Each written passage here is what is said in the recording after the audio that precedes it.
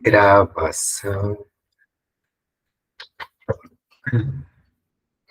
Olá, olá, minha gente querida.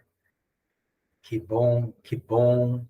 muito bom estar com vocês de novo aqui nas aulas abertas de filosofia sistêmica. Lembrando que estas 10 aulas estão dentro de um programa para a formação de representantes nas novas constelações familiares, sistêmicas e quânticas. Mas essa formação, ela vai se dar a partir do teu envolvimento,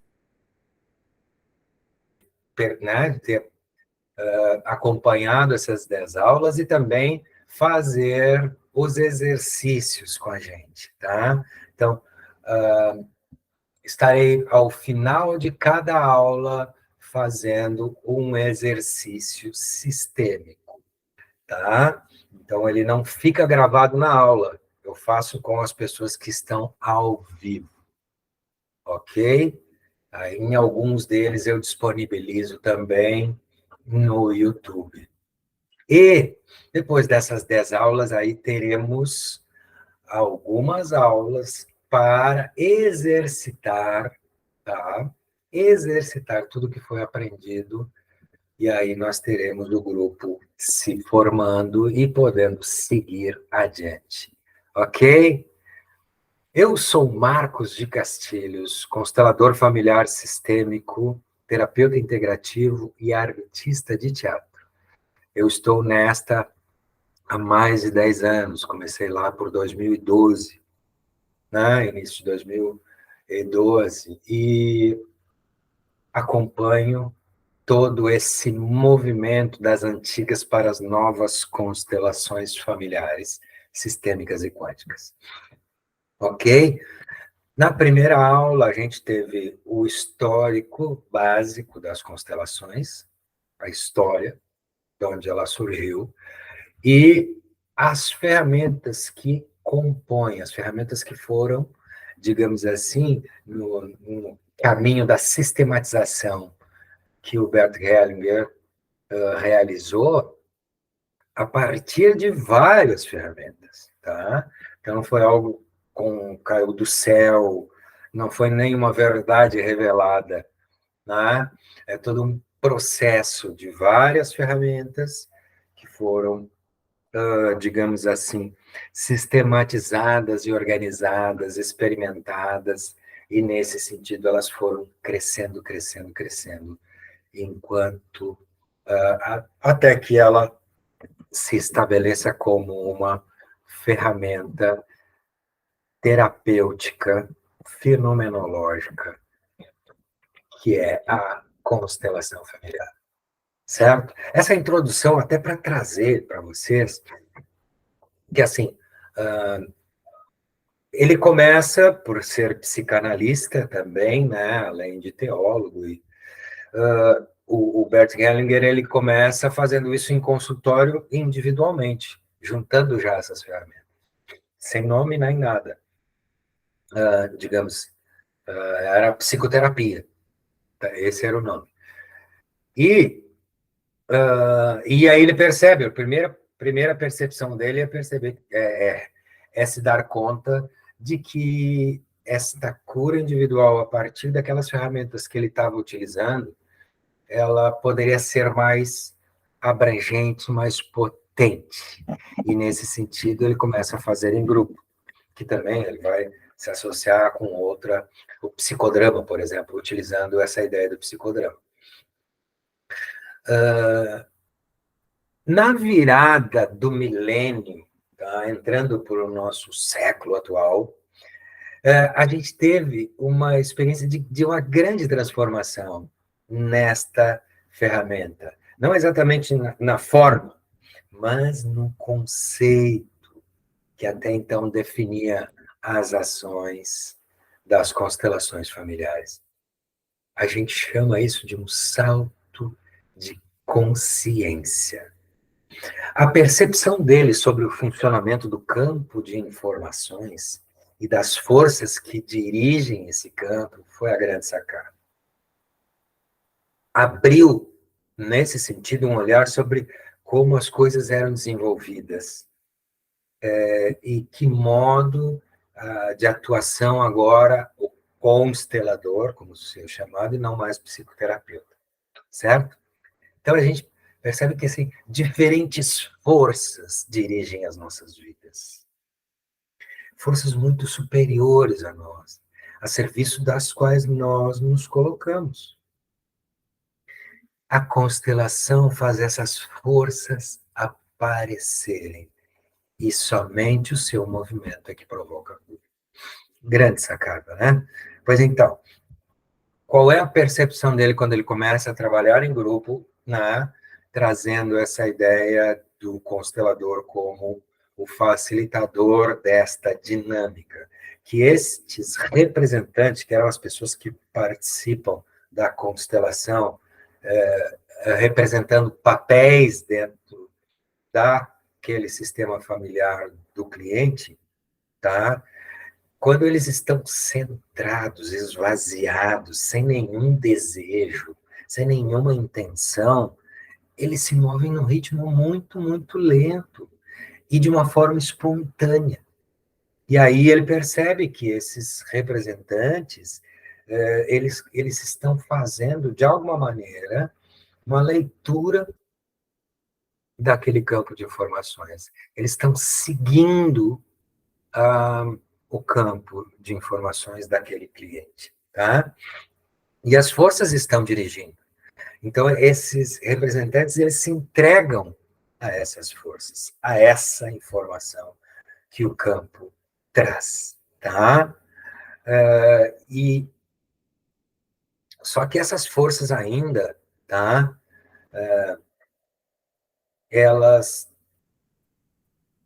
chamada inicialmente de movimento da alma, tá? Esses movimentos que os representantes realizavam, eram aqueles movimentos que denunciavam o conflito, o nó. Inicialmente, a coisa se estabelecia como se fosse aquele arranjo onde mostrasse onde que está. O campo revela onde está o conflito, onde está a exclusão, onde está o desequilíbrio, o emaranhamento. De que maneira? Os representantes simplesmente eles vão ocupar alguns papéis que o campo determina. O constelador vai a serviço deste sistema familiar, tá? Conectado com esse sistema familiar, experimentando, colocando, fazendo algumas provas, né? E até que ele, de alguma maneira, sente que esse campo, tá? Mostra o conflito, né? Então a gente pode dizer que, usando esse termo alma, né, tudo que de alguma maneira alterou o destino de nossos antepassados, das pessoas, que mudou o destino, que foram eventos muito contundentes, eventos né, que mudam a rota da vida das pessoas, eles ficam registrados nesse campo. E esse registro fica, como ele chamava, na alma. Então, aí a gente pode chamar de dores da alma. Aí ele percebendo que esse movimento da alma, tá? Ele pertencia também a uma consciência moral. Essa consciência limitada pela fidelidade de pertencer àquele sistema familiar, tá? Mas ela, ao mesmo tempo, ela revela o conflito e o emaranhamento no sistema, tá? A compreensão aí é que a cura do cliente vem através de um movimento de reconciliação, tá? E esta está dentro de uma consciência moral. Então, assim, essa reconciliação, ela segue as regras daquele sistema, ok? que a gente pode até chamar de sociais em alguns momentos, porque isso fazem parte também, mas nem todas. Depois vocês vão entender isso quando eu entrar mais nas consciências morais, tá? Então, para diferenciar esse movimento da alma arcaico, que apenas mostra essa dinâmica do conflito, que aprisiona o cliente, do segundo movimento, que seria o movimento já de início da reconciliação, o início da cura, ele traz o que ele chamou de movimento do espírito, que é um movimento externo, um movimento maior. É como se dissesse assim, tá, esse emaranhamento, esse conflito está ali naquele grupo, né, naquele sistema familiar. Quando isso é curado, isso acaba reverberando em outros sistemas também. Porque a ideia é de mais e mais vida, certo? Então, esse movimento de cura, esse movimento do espírito, é um movimento externo que abrange os sistemas humanos, digamos que todos os campos do espírito, certo? Então, esse movimento do espírito, ele pertence a algo maior, ele pertence a essa grande consciência, o vazio criador, como se queira chamar, tá? E ele pertence a toda a humanidade, não só aquele grupo social, tá? Então, a partir desta percepção clara, tá? Que esse movimento, além de estar acima, já isso ressignifica toda aquilo que ele já vinha fazendo. E aí ele começa a dar uma função e olhar uma função muito mais importante, mais determinante para o representante. E também agora na responsabilidade do constelador na condução desse processo. Tá? Ele percebe que a cura que esse cliente busca, ela não passa somente por uma cura individual, mas a cura de um sistema todo. A gente sempre diz, o campo vai, digamos assim, buscar se abrir né, e levar, vai conduzir para aquilo que ele necessita. Qual a cura que ele necessita? Que muitas vezes não é a cura que a pessoa esperava. Às vezes as coisas não são no nível aparente, certo? Lógico. Então, antigamente, nas constelações antigas, se buscava uma imagem final, uma bela foto, né, de um final feliz. E hoje, não mais.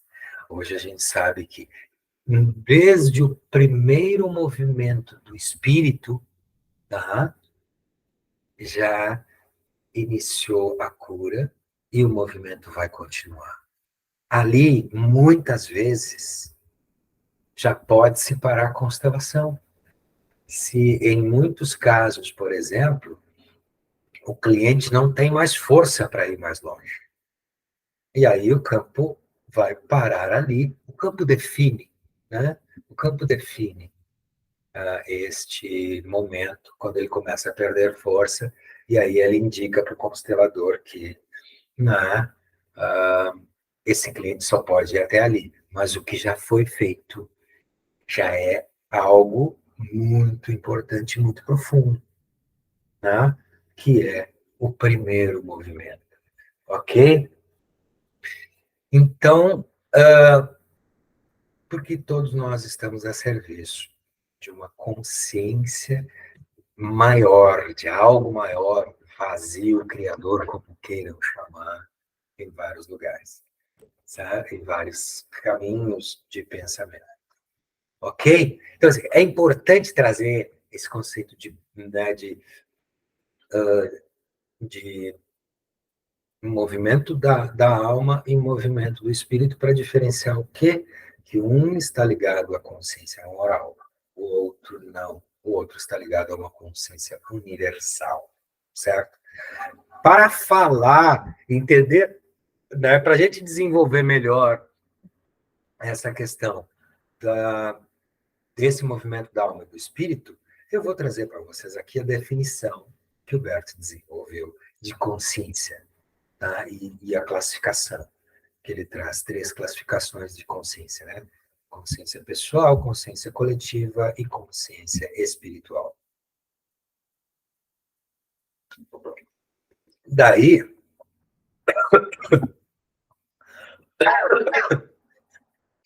essa consciência moral, pessoal, ela é estreita, ela é limitada. E nós as experimentamos através da boa e da má consciência. O que é bom, eu sigo. O que não é bom, tá? Eu sinto que é uma ameaça para, né, para mim ou para o meu grupo, ok? Então ele definiu, nesse sentido, um conceito muito interessante de boa e má consciência, que não é o certo e errado, não é o bom ou o ruim. Olha onde é que a gente vai para entender isso, trazer isso para vocês. Se na minha família, meu pai era borracheiro, a boa consciência, a minha mãe foi metalúrgica, a boa consciência dos filhos é seguir, por exemplo, né, aquilo que era o ofício dos pais. Isso é boa consciência, ok? O que é a má consciência? É fazer diferente. É, por exemplo, ser cabeleireira, vou usar o exemplo dos meus irmãos, ser químico, professor, ser uma advogada, ser uma assistente social, tá? Ser uma professora de artes visuais, ou ser um artista, ou um terapeuta, tá? Então, mas a gente, no primeiro momento, nós, tanto eu quanto meu irmão, por exemplo, a gente trabalhou como borracheiro, a gente seguiu a boa consciência. Mas o nosso crescimento, o nosso desenvolvimento era não ficar ali. Era a atitude de má consciência fazer diferente, certo? Então eu posso dizer para vocês hoje que não haviam artistas na nossa família, tá? Não havia químicos, advogados, eram muito mais advogados haviam, né?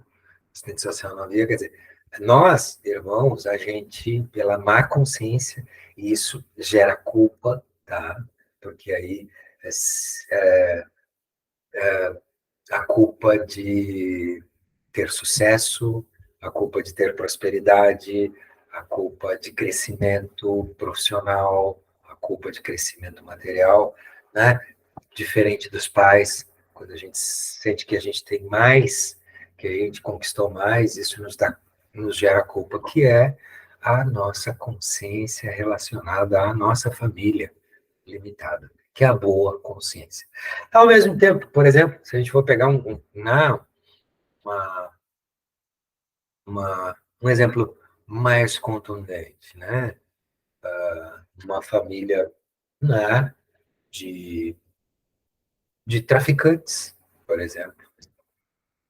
Um exemplo simples, né? Naquela família, foi a alternativa possível né, aquele pai para sustentar, agir no crime, ok, sem julgamento. A tendência dos filhos era seguir o pai. Se um filho dentro desta família opta em ser um policial militar, um advogado, um médico, um professor, esta é a má consciência para aquele grupo, certo? Então, o que é bom para mim, para nós, né? Me dá um lugar de pertencer e que é bom para mim, e o que não é bom, e o que eu vejo que é mal, o que eu vejo que é contra, tá? Me mostra uma ameaça, então eu tenho que rechaçar, eu tenho que excluir, possivelmente eliminar, tá? Então, às vezes, a gente se vincula pela dor, né? Eu dei o caso aqui de profissões, mas às vezes tem um familiar que, né? doenças na família. Às vezes são repetições por fidelidade inconsciente, tá? Sempre vai nascer naquela linhagem várias, né? Sempre tem, geração de geração, alguém com aquela doença. Que dizem, não, é genética. Se fosse, todos poderiam ter, por exemplo, né? Mas não é uma genética fixa, mas muito mais uma genética relacionada aos campos de informação. Ok? Então, aí que vem, né, as classificações que o Bert Hellinger traz para nós e vai abrir mais clareza para nós em relação ao que é as consciências, né? A consciência pessoal, a coletiva e a espiritual. Ok? Consciência pessoal é a consciência, tá? Que se relaciona à necessidade que temos de pertencer ao grupo, ou aos grupos que fazemos parte, tá? É uma necessidade de pertencer ao grupo. Essa consciência, ela é estreita, ela é limitada, a gente chama também de gregária, e a gente experimenta ela na boa, na má consciência, tá? No funcionamento desta consciência, eu já disse aqui, a gente pode se vincular pela dor, pelo sofrimento, pelas mazelas, né? E também com os excluídos, tá? Vinculando por um amor arcaico, por um amor infantil, por uma fidelidade. Eu sigo esses padrões na boa consciência do grupo, porque isso me dá um lugar ali, tá? Que é o pertencer àquele grupo, tá? Percebe que o crescimento deste indivíduo dentro deste grupo, ele é extremamente limitado, tá? Ele só pode acontecer, por que pareça, na má consciência, tá? Aí, quando ele vai agir pela má consciência e fazer diferente, com todo o risco que isso significa, né? Ele cria um novo modelo, um novo padrão, que vai poder ser, nas novas gerações, a boa consciência, né? Mas ele quebrou isso, né? As ovelhas negras quebram, são importantes no sentido de quebra de padrões. Aqueles que ousam fazer diferente, porque ousar fazer diferente gera uma culpa enorme para esse indivíduo, tá? Ele pode ser, inclusive, rechaçado, né?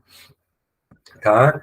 Uh, Muitas vezes o que é bom para um grupo não é bom para o outro. Pode não ser, que evidencia muito esse caráter cultural, né, da consciência pessoal e moral nas relações entre os indivíduos de um grupo com os de outro grupo, certo? Espero estar sendo claro. Agora eu vou entrar na segunda consciência, que é a segunda consciência coletiva. É a consciência de grupo. Se antes eu tinha necessidade de pertencer e ter um lugar, eu tinha consciência só relacionada a mim. Opa, agora eu percebo que eu estou num grupo e esse grupo me protege, tá? E ela é um pouco maior, ela é mais forte, ela é mais abrangente. E ela está acima da consciência pessoal. Então, eu estou a serviço da manutenção e sobrevivência deste grupo familiar como um todo, tá? A, a pessoal, ela supre uma necessidade individual de pertencer e ser aceito apenas como indivíduo. A coletiva supre essa necessidade de, de, de, de manutenção do grupo. Lembram do Romeu e Julieta, do Shakespeare, né? São duas famílias italianas, então, né, o Romeu se apaixona pela Julieta. O que acontece, o que acontecia nesse período? O risco muito grande, porque fragilizava. As terras eram passadas, por exemplo, dentro da família. Se casa com um de fora, de repente essa família tem que dar um dote, tem que dar terras, ela perde. Imagina, assim, e a família da noiva dava os dotes. Tá? Então, assim, se nascia só filhas mulheres, a tendência do grupo era se extinguir. Então, era um risco. E juntar os dois aqui fragiliza as duas famílias, ou uma mais do que a outra, né? Pelos aspectos até da questão de gênero também, né? Da questão financeira, da questão de posse, da questão de poder.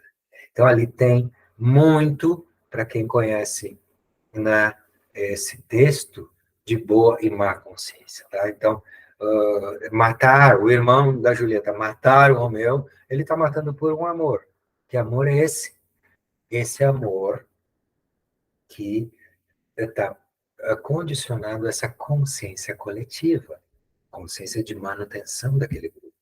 Então, né, se mata por amor, às vezes para me defender, por amor a mim, por amor aos meus, por amor ao meu grupo.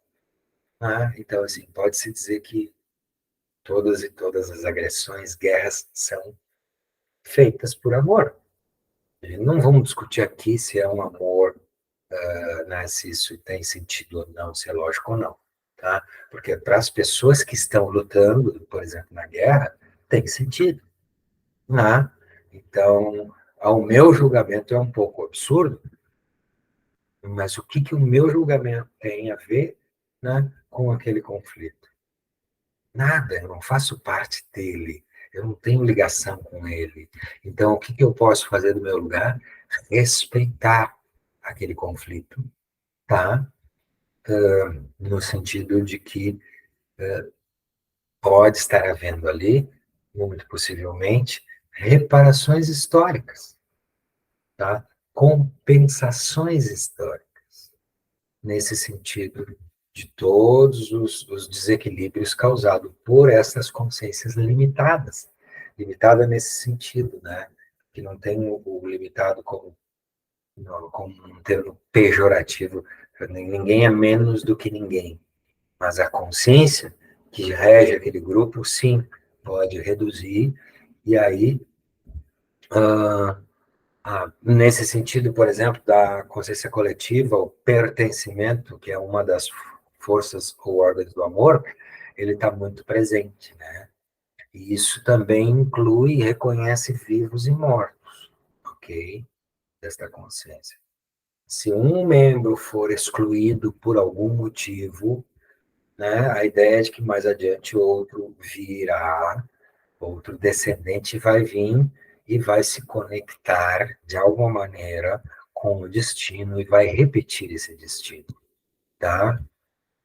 É uma fidelidade cega, sempre a serviço da compensação. Né? Compensação para quê? Para que o grupo se reequilibre, mesmo que precária. O buraco, às vezes, é tapado para que ele seja, né? Houve um conflito, desequilibrou. Então, o grupo, a lei, né, a força da compensação, imediatamente busca reparar, às vezes, com uma gambiarra, né, que a gente pode dizer.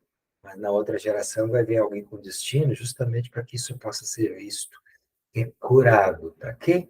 Para que o grupo possa continuar. Porque tudo, ao fim e ao cabo, tudo que a gente está falando aqui é para mais e mais vida.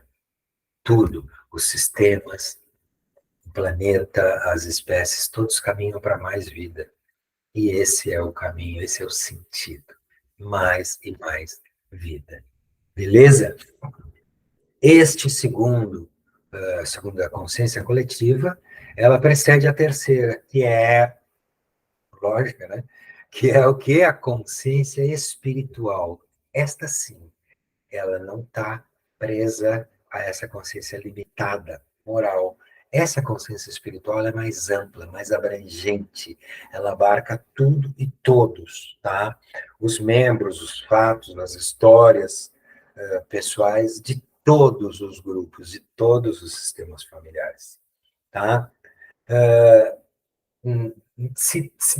Tu imagina assim, se abarca todos, e se todos são muito diferentes, como é que tu vai ter a quantidade de leis que vão reger todos esses grupos, elas tendem a ser menores e mais potentes, tá?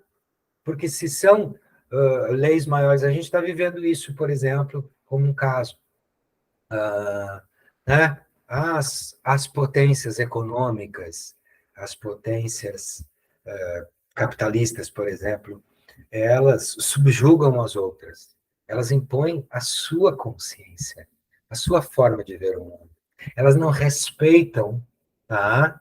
Ah, toda uma construção cultural, o ritmo, a história, tá? Milenar de várias e várias culturas, simplesmente vai lá e diz assim, nós somos os melhores, nós estamos aqui para defender vocês e a democracia. Que raios é isso de defesa? Percebe? Então, isso é uma imposição.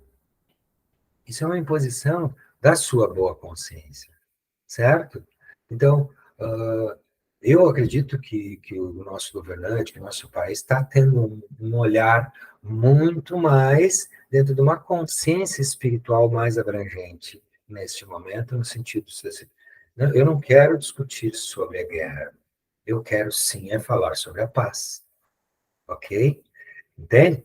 E isso não está desrespeitando o que aconteceu lá, mas está se colocando à disposição para uma possível mediação, né? Para que algo possa ser visto além daquilo que está aparente. Então, isso propõe um crescimento, isso propõe um caminho para uma consciência maior, mais espiritual. Isso, para mim, é digno, né? Agora, impor através da força, através do poder, através do dinheiro, à vontade, a gente sabe que tem países imperialistas aí que hoje continuam fazendo e alimentando a máquina, a indústria da guerra. Eles precisam de guerra, certo? Por que eu trago isso? Porque essa ideia de consciência espiritual mais abrangente, né, ela vai, sim, seguir alguns princípios, forças, que a gente chama de forças do amor, que foi a aula passada, né? Então, essas forças, elas têm um, um, um poder muito grande, porque elas são ordenadoras, né? A força da ordem, a força da inclusão, tá? A força do equilíbrio no dar e receber, a força de compensação, e a força do assentimento, do dizer sim a tudo como é e a todos como são. Opa, peraí, mas eu não aceito a guerra. Ok, ok, tá tudo certo. Eu também não estou dizendo que eu aceito a guerra. Agora, eu não me sinto digno de julgar quem está certo ou quem está errado em nenhum dos conflitos. Tá? Por quê? Porque tem toda uma história secular que a gente sabe quase nada. A gente não vive aquilo. E nós, que estão sobre outras regras, outras leis, outras consciências, tanto pessoais quanto coletivas. Se eu, isso é respeito.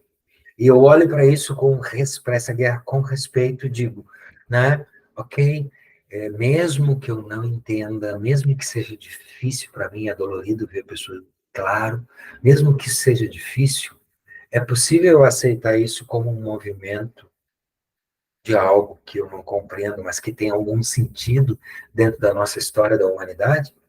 É possível isso? É possível que eu olhe para isso e digo, poxa, muitas vezes, né, aquela ideia, né? O, o, linhas tortas, caminhos retos, a questão do destino, né? Então, assim, brincando um pouco, né, com essa frase, às vezes os caminhos são, né, muito diferentes daquilo que a gente imagina. Por quê? Porque a gente está, às vezes, na maioria do tempo, preso a essa consciência pessoal e essa consciência coletiva, tá? E muito menos entregue, muito menos conectado a essa consciência espiritual. Aí que as constelações, que eu posso dizer para vocês que as constelações são maravilhosas nesse sentido, porque a gente precisa entrar com muito treino, com muito exercício, com muita prática, e olhar a partir desta consciência espiritual, tá? Onde ali o julgamento não tem lugar, tá? Onde as limitações também não são superadas e está tudo certo. Tudo e todos serão incluídos sem exceção. Eu poderia dizer, poxa, tá, mas isso é um pouco absurdo. Quase todas as religiões, elas de alguma maneira dizem isso, né? Todos somos iguais perante, né, a energia de criação. Não somos diferentes, não importa aquilo que a gente tenha cometido. Somos humanos, somos iguais, estamos em algum caminho, né? Muitos, pela teoria da evolução, a gente está num caminho evolutivo. Cada um atrapalhado à sua maneira, cada um fazendo o melhor com os recursos que tem, né? Cada um buscando ser feliz e se afastar do sofrimento, e cada um da sua maneira. Então, muita coisa ruim foi feita, ok. Muita coisa está sendo feita, ok. Então, cada um dentro das regras sociais que esses grupos vivem, com certeza, eles devem responder. Ah, se estão acontecendo crimes de guerra dentro de uma legislação maior, no sentido de estar infringindo, né? De estar cometendo algo que é muito absurdo mesmo, né? Que chega a ser desigual demais dentro desta lógica, porque mesmo na guerra também tem alguns princípios que são seguidos como lógica, né? Mesmo assim, existe uma corte penal, existe essa ideia de crimes de guerra, e assim vai, né? Mesmo que muitas vezes também esses cortes, eles sejam analisados pelo ponto de vista sempre do, digamos, do vencedor, ou do imperialista, ou daquele que tem um poder maior, tanto econômico, comercial, ou territorial. Tá? Então, eu trago essa ideia porque essa consciência espiritual maior, ela vai trazer muito para nós, né? Aula passada, o assentimento, que é a força do amor a tudo e a todos como são, como é. Eu, uh, esse exercício não foi, você vai estar na próxima, postado no YouTube, um exercício justamente para a gente olhar para a guerra, para os mortos, para as pessoas que estão sofrendo. Como é que a gente pode olhar para isso com amor, tá? E respeito profundo a isso tudo que está acontecendo. Porque se eu me indigno, se eu fico com uma raiva daqui, se eu entro tanto dentro disso, muito possivelmente essa guerra também, né, teve envolvimento no meu sistema familiar, porque a gente vem de muitos e muitos, né, gerações e de origens europeias, africanas, ameríndias e tudo mais. Então, muito possivelmente eu tenho essa ferida e eu também. Né? As pessoas que são tocadas mais profundamente por algo, tá? Sem julgamento, por isso que eu digo assim, tá tudo certo se tu te indigna, inclusive com isso que eu falo, muito provavelmente a tua ligação, a tua relação com aquele conflito, ela é muito mais direta e profunda do que a minha. Tu pode estar trazendo a nível de informação do teu sistema familiar o envolvimento dos teus antepassados e eu não. Então, com certeza, é mais possível que eu faça esse caminho, esse exercício, do que tu que sentisse isso. E está tudo certo, não existe errado, não existe, né, nenhum nem outro. Errado são nós respondemos aquilo que é a construção, né, que está no nosso inconsciente e também no nosso consciente, e também nas informações do nosso DNA, né, e no nosso campo de informações. Beleza? Então, deste movimento do espírito que conduz toda essa cura, tá, para que essas reconciliações possam acontecer, até uma uma cura coletiva de todos os membros do sistema. Eu posso dizer que, por exemplo, pode haver uma catástrofe grande e que a gente já viu isso em vários momentos de países que estão em guerra, mas em momento de uma catástrofe maior eles se juntam porque eles superam essa questão da consciência coletiva daquele grupo, percebe?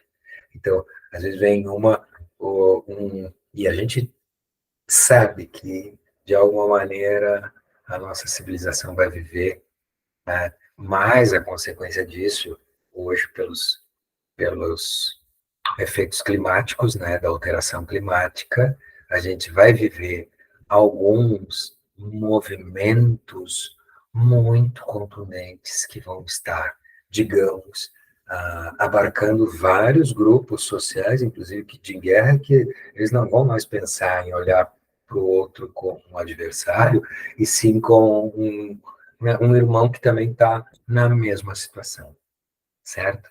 Então, eu sinto a vida assim. Hoje eu consigo olhar para isso tudo e poder olhar com amor para isso tudo. Foi, e continua sendo um caminho, mas para mim foi muita, muita revelação.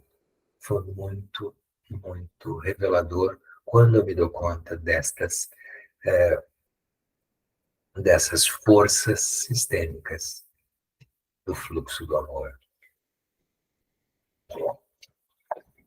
E espero ter deixado claro para vocês, porque a gente está indo num crescente, né? Hoje tratamos disso, de como se inicia o movimento e se reconhece o movimento da alma, que é o limitado, que é quando, quem já viu uma constelação, é quando o constelador bota, se ele vai botar um representante, dois ou três, tá?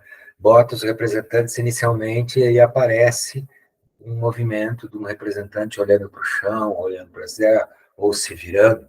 Esse é o movimento da alma. Ele mostra e revela o conflito e a dor, ou o emaranhado. Então, quando o cliente consegue olhar para aquela cena e ver, poxa, hoje eu posso ver diferente, pode ver com amor aquilo que antes não pôde, olhar com conflito, né? Olhar com amor para aquele conflito, porque as pessoas estavam cegas, e eu olho hoje com um olhar de uma consciência espiritual maior e digo, ok, né, eles fizeram o melhor, então eu vejo vocês com amor. Inicia o movimento do espírito, o movimento de cura, de sanação, tanto individual principalmente coletiva, certo? Então, esse movimento, ele é mais esclarecido quando a gente traz o conceito de boa e má consciência, tá? A consciência pessoal, aquela que me dá o lugar, né? Somente o lugar eu me sinto seguro, tá? E essa consciência é limitada, é arcaica, ela é fiel, eu só faço e repito aquilo que é bom para a minha família. A consciência coletiva é aquela onde eu já percebo que eu pertenço a um grupo maior, então eu não vou mais só me defender, eu consigo olhar que tem um grupo maior, eu vou defender o grupo maior, porque isso significa a sobrevivência do grupo. E a consciência espiritual, ela não luta pela sobrevivência. Ela sabe que, de alguma maneira, quando tu está conectado com, essa, com esse estado de transcendência, tu estás conectado com a abundância, tu estás conectado com o amor, com, né, com um sentido de compaixão, sentido de irmandade, um sentido de não diferença, né, de mim para ti, um sentido, realmente isso, né, uma ideia de transcendência, né? De impermanência também, porque tudo passa, então não tem apego. Aí eu falando assim, eu escuto e me vejo, poxa, muitas religiões, de alguma maneira, perseguem esses mesmos caminhos, né? Mas esses mesmos conceitos, essas mesmas aspirações, mas por caminhos diversos, e às vezes por o caminho ser diverso, né, elas colidem e geram muitos conflitos. E tá tudo certo, assim mesmo como é. Beleza pura? Espero que vocês tenham recebido de mim um pouco mais de informações e conhecimento que possa ajudar na construção da clareza e da forma como a gente faz a leitura da nossa realidade. Beleza pura? Por favor, né, assistam, repassem e deem retorno. Né? Escrevam para nós, mandem perguntas, nós estamos aqui e a serviço por amor. Beijo no coração, a vida flui, o amor, e eu estou a serviço para mais e mais vida. Até a quarta aula. Beleza pura.